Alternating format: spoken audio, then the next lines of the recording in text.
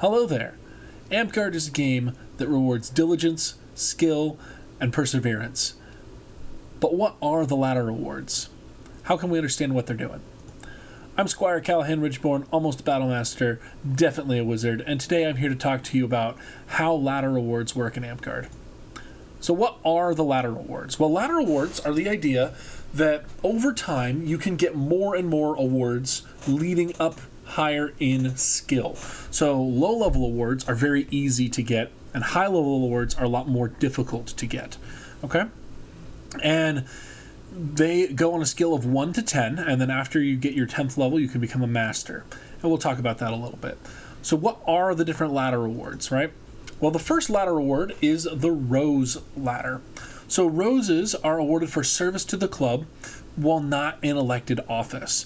So roses are a service-based award. They are tied to being a productive member of the club, helping out, right? So you might get your first Order of the Rose. The rule book specifies, like, if someone's helping pick up trash after park day, that's enough to earn them a first Order of the Rose. And a 10th Order of the Rose could be long-term consistent service, running events, planning things. Volunteering all the time could lead you to that 10th Order of the Rose. A Smith, the Order of the Smith. So Smiths are given out for game design, running battle games, quests, workshops, all sorts of stuff out there. But putting together thematic events for Amtgard is what leads down the Smith path. So you might design yourself a battle game, and you run that battle game at your local park, and that would probably be enough to earn you your first Smith, having tried to make your own battle game. A 10th Order of the Smith might be for, here in the Rising Winds, running a really successful Bridge Wars that everyone agrees was spectacular. You might get something like that. Or running a series of events where you run really big battle games. You also could get Smiths for things like running quests. You could run a series of quest days at your local park to get Smiths. You could run multiple night quests for Kingdom to get your higher level Smiths. So the smithing is designing games or scenarios related to Amtgard. And you don't have to be in office for this. In fact, it's easier to get Smiths when you're not in office than when you are, because if you are in office, that might be something that would be considered part of just your job, and then part of the crown belt. So smithing outside of office is usually where you want to be. Lions. So lions are for leadership outside of office. And there's a question out there, the difference between a lion and a rose. So a lion is someone who organizes everybody but doesn't actually do like manual labor. Like, they organize the event, they plan everything, but they don't stand on the serving line feeding people food because they're doing other things, right? The difference between a rose and a lion is a rose is a volunteer, someone that helps out all the time, and the lion is leading those people. They're gathering those people together into a group and saying, this is what we're going to do, this is how we're going to do it. Crown. So Orders of the Crown are for serving as club officers. So in Amtgard, we call this the monarchy. There are different positions in the monarchy you can serve in. You might be just a local regent, right? You have 3 usual positions that exist in the monarchy if you're a big enough club. The monarchy is the monarch, who is in charge of the club. They're akin to the club president. You have the regent, who is in charge of the arts and sciences side of the local club, and you have the champion, who's in charge of making sure that weapon checks are done and doing battle games at park. And the same thing at the duchy and the kingdom level as well. So crowns are given for successfully completing terms in office.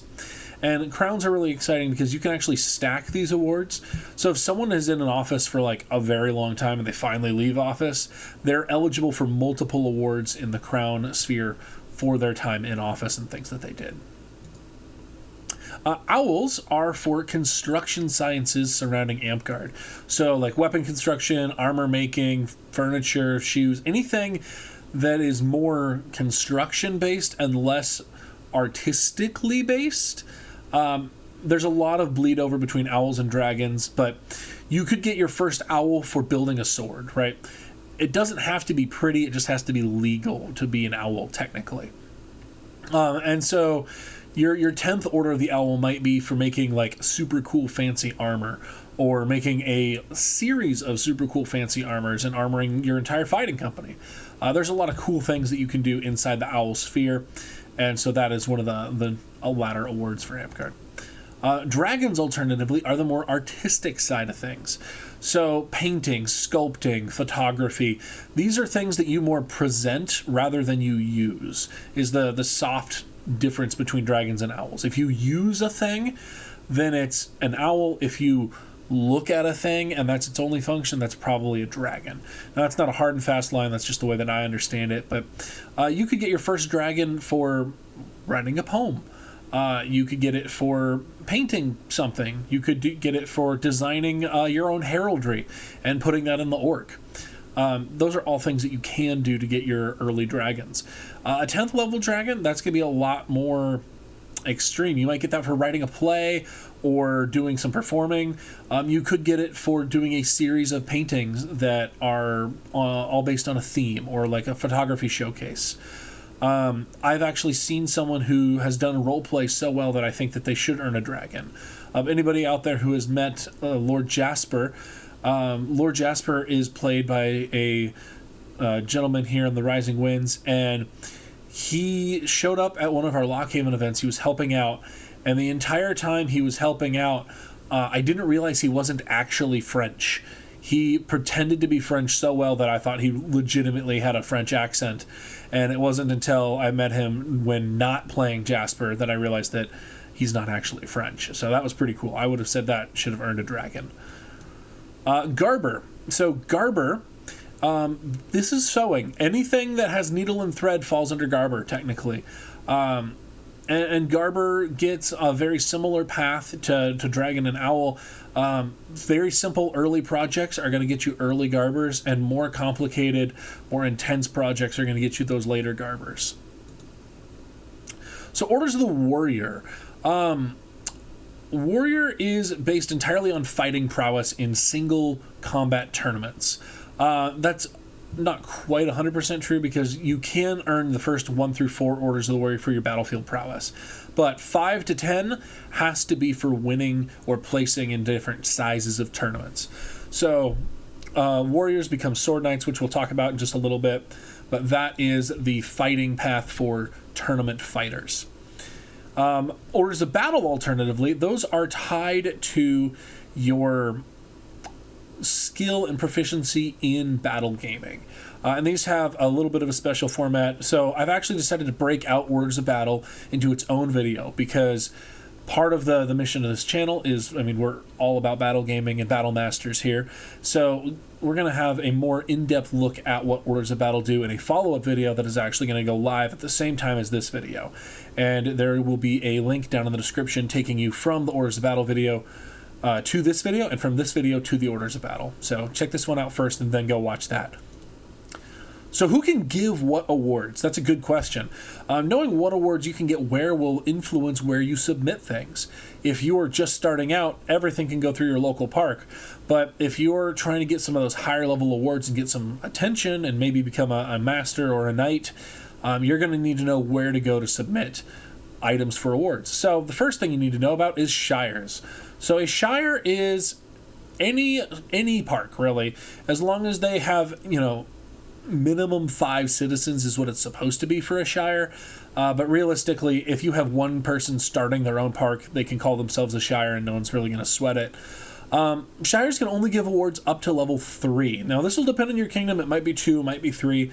But shires are very limited in what awards they can give out because they're very small.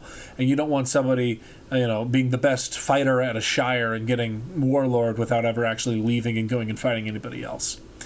So shires can get bigger over time, and once they get a little bit bigger, they become a barony. Now, baronies have, 20 to 30-ish people when they get boosted up to a barony, and then up to 40 to keep that barony status. And they can give awards up to level 5. So if you are at a barony for your local park, if you're looking for a level 5 award, submit away, because you can get that there. If you want higher than that, you have to go up to the duchy. So a duchy is a park with 30 to 60 citizens. They can do awards up to level 8, which is pretty good. You might be in a kingdom that does a principality system. Now, principalities are areas that have 60 plus citizens, And the awards there is limited by the Corpora. Now, some kingdoms will let you go all the way up to 10, but not masterhoods. Some kingdoms will only let you go up to 8 or 9. It depends on what kingdom you're in, and you'd have to check your local Corpora if you're in a principality. Sometimes principalities are burgeoning kingdoms, like kingdoms that are about to be, because they're geographically distant enough from their sponsor kingdom that they're not going to be able to travel back and forth to each other, but they're not quite at kingdom size, or they haven't been able to sign on with the Amtgard board yet. And so that is where principalities lie. Now, here in the Rising Winds, we have Grand Duchies. This is a unique thing for the Rising Winds. Maybe a couple other places are doing it, but the Grand Duchies are able to give awards up to level 8. There are 3 Grand Duchies inside the Rising Winds, and so they're very similar to principalities in a lot of the ways, but they only give awards up to 8. They have a lot of leadway in how they want to run things inside of that. And so the Grand Duchy, if you're here in the Rising Winds, is a great place to get a lot of awards, all the way up to 8 there. Kingdom, of course, has all privileges. Now, our kingdom here in the Rising Winds, like I mentioned, is broken into special zones. Each zone has a sphere of influence into what awards might get presented to people from their area, but the kingdom ultimately has final say, and the kingdom is able to give out knighthoods and masteries and paragons. They're the only place that gets to give out those really high-level awards and make those people paragons and knights. So that's what the kingdoms do. Which knighthoods are tied to which awards? That's a great question. So Flame Knights are for unelected leadership, right? If you get your Master Rose for your volunteering work, or your Master Smith for leading games, or even your Master Lion for organizing people, that is part of the Flame Belt. The Flame Belt, unelected leadership. Crown, alternatively, is for elected leadership. You can technically get your Crown Knight belt just by being on the board of directors a bunch of times. You could get it for holding different positions around the kingdom. Usually you have to have some sort of elected office at kingdom level before they're going to even consider you for Master Crown, so, or even those 9th or 10th, but elected leadership leads to crown belts. And right now, only Orders of the Crown lead to crown belts. I think that's probably going to stay that way. Serpents are the Arts and Science Knights, right? So you have the Owls, the Dragons, and the Garbers. If you're making stuff, you're probably a snake. Sword Knights are warlords that are good enough to become knights. So if you become a warlord is based entirely on skill. If you have enough skill, you can become a warlord. But that does not guarantee that you'll become a sword knight. To be a sword knight, you also have to show leadership in training other people and actually going through and bettering the game. It can't be all about you if you want to be a sword knight. And all of these knighthoods are based around community involvement and training. Mastery is based off of only what you do. Knighthood is based off of what you and other people are doing. So sword knights are brought up by the Orders of the Warrior. There's a strong argument to be made here that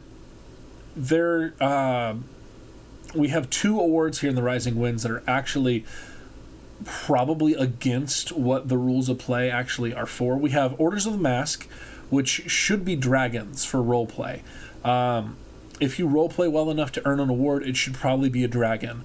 And that is a ladder award that we have here in the Rising Winds that should be moved into those dragons, and then eligible, theoretically, you could become a knight just by role-playing hard enough. The other thing is we have Orders of the Marksman, which can be awarded for winning archery tournaments. If you look at the rules of play for Sword Knight and for Orders of the Warrior specifically, it doesn't specify what type of tournament you have to win to get an Order of the Warrior. So if you win a kingdom-level archery tournament, that should qualify you for your next Order of the Warrior. So our archers should technically be capable of becoming sword knights as well, which I think is kind of humorous. Finally, battle knights are recognized for their skill in battle gaming and their leadership. There are 2 paths that can really lead down this, which we will talk about a lot more in our Battle Master video, which I previously mentioned here, will be linked in the description. To become a Battle Master, you're either going to be running through tactical leadership or paragons. I'd say it's a lot more common to see people trying to go the paragon route because the leadership route is sort of subjective, but we'll see how that ends up shaking out in the long term. So those are the 5 types of knighthood you can get in Amtgard and how they relate to all of the different paths for ladder awards. Thanks for watching this video. I hope it helps you out. If you have any questions about ladder awards or awards in general, please leave them down in the comments. Be sure to subscribe so you can get more Amtgard content, and I'll see you in the next video.